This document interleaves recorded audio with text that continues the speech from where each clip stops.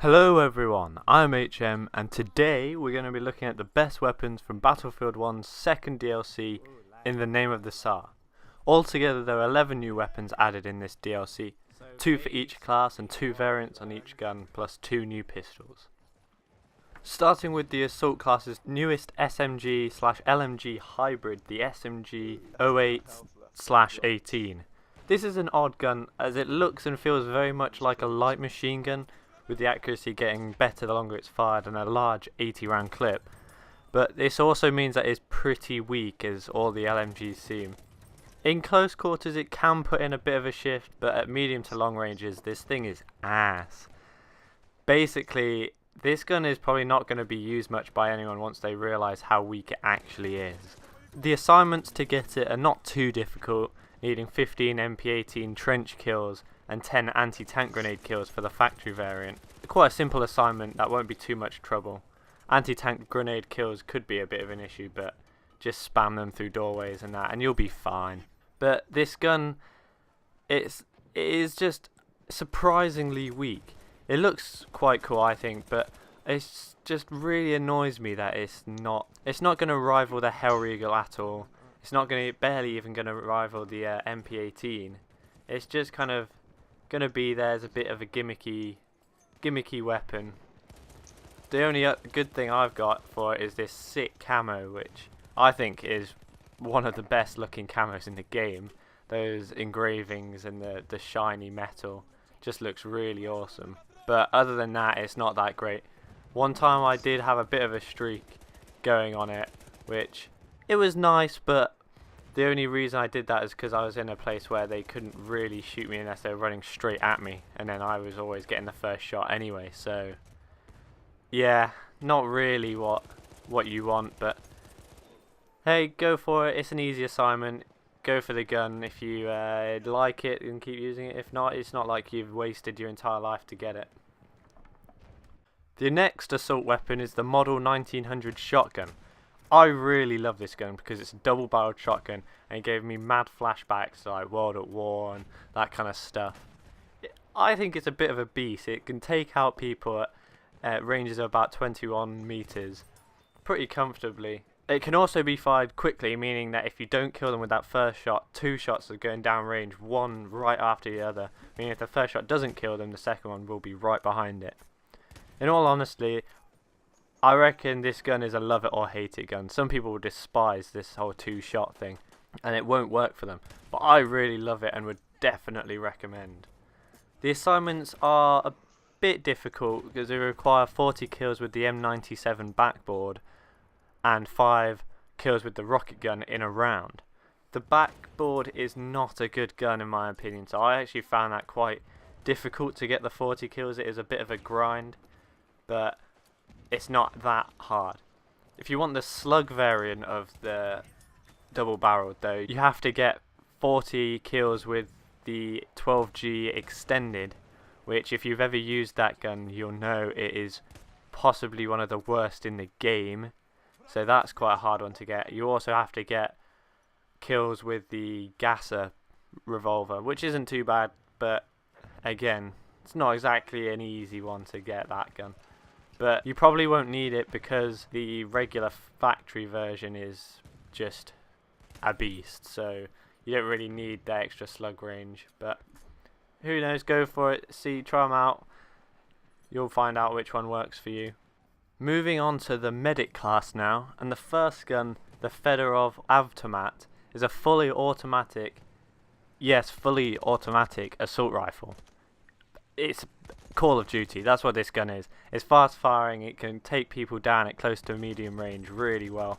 And I always found myself doing a COD reload all the time, so that was a bit annoying.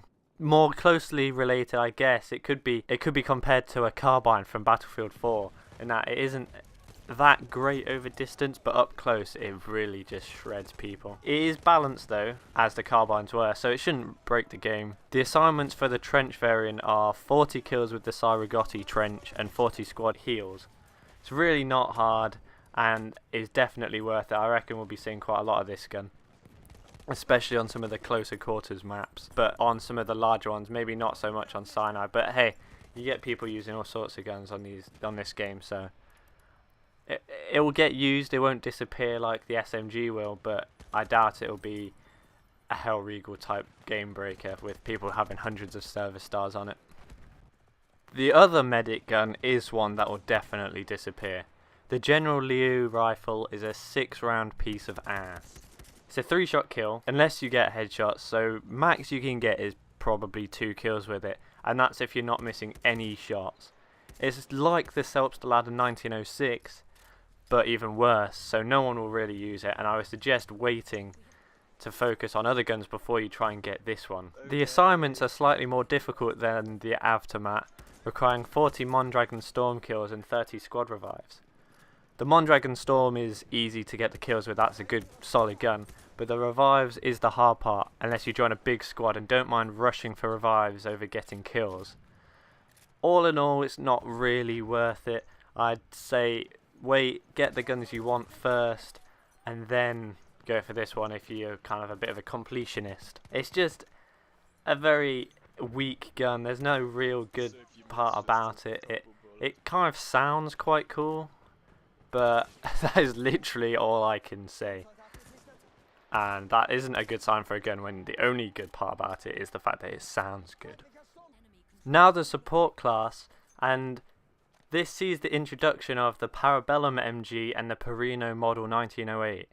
The Parabellum is a fast-firing, kind of crazy recoil gun that is a bitch to handle, but in close quarters it really works in taking kids down.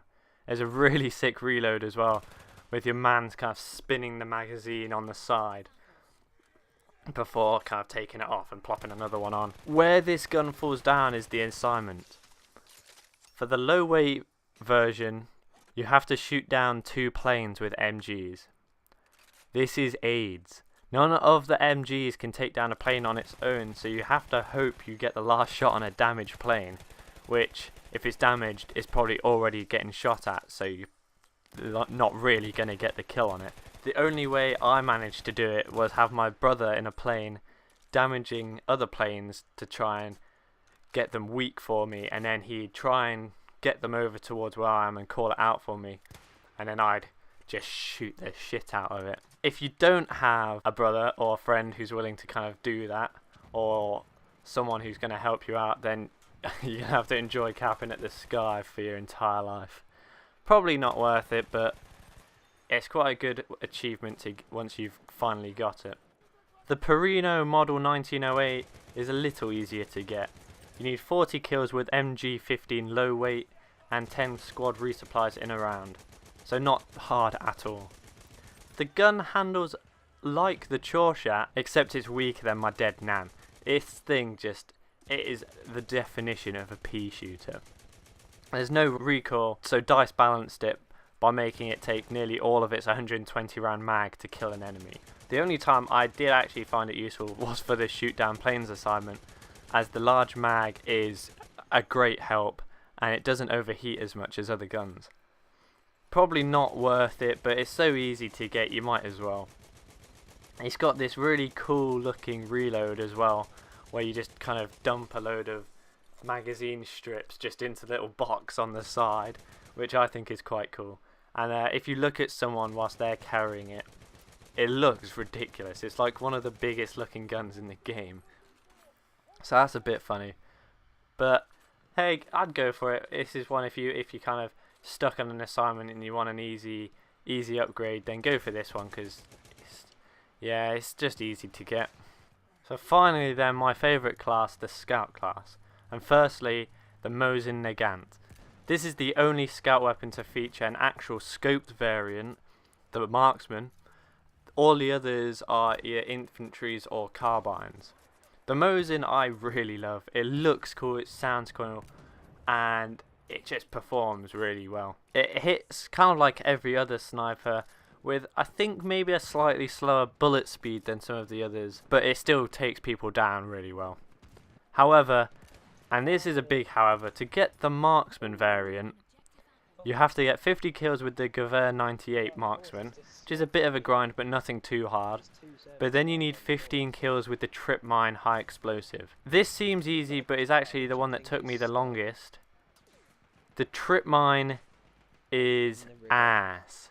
It can only do 72 max damage, so it can't kill someone straight away. You have to kill someone who's hurt. So basically what you need is both teams to not blow it up, because both teams can, their grenades and stuff can blow it up. And then for an enemy to be hurt, and then for that enemy to stumble across your trip mine, not notice it, and it's big as fuck wire that goes across the freaking world, and then they run onto it and get killed by it. It's ridiculous. Me and my brother actually boosted to get this. It was so fucking ridiculous. But having that marksman variant is really cool, and I would definitely recommend going for it. The second weapon for the scout is the Vitali M1870. This is your average infantry sniper, so not much to really say. It shoots at an average speed and does the usual damage, so you'll be taking people down in 2 shots, 1 shot, headshot kind of thing. The iron sights are ass, but there's a carbine variant, so no worries there. All in all, an average gun that probably won't be seen much, just because of how average it is. To get the carbine variant, you need 50 kills with the SMLE carbine and 1 vehicle destroyer with K bullets. The SMLE carbine is pretty easy to get, but the K bullets destroy is a bit difficult. However, I found it a lot easier than I expected. There was a medal with this a while ago that I was trying to get, and you had to get a vehicle destroyer with K bullets, and you've kind of got to just take pot shots at people. If you see a vehicle that's getting shot at, wait a bit and then just start laying into it with the K bullets. Someone will grenade it down to like enough health so that you can just destroy it. It's a bit of a grind maybe, but compared to the trip mine or shooting down the planes, it's really not an issue. So there we have it. To kind of conclude this video, I'd like to just say which I think is the gun that'll probably see the most use, and I reckon it'll be the Mosin and the Fedorov Avtomat. The Fedorov is just a really good gun. You can see it, you'll probably see it a lot. It's reliable. Not great over long distance, but for those people who want to play medic but are more suited to assault, if you kind of don't really use the whole medic class that much, this gun will kind of bridge that gap, so you can play as medic if you want to get, I don't know, medals or assignments done or stuff like that.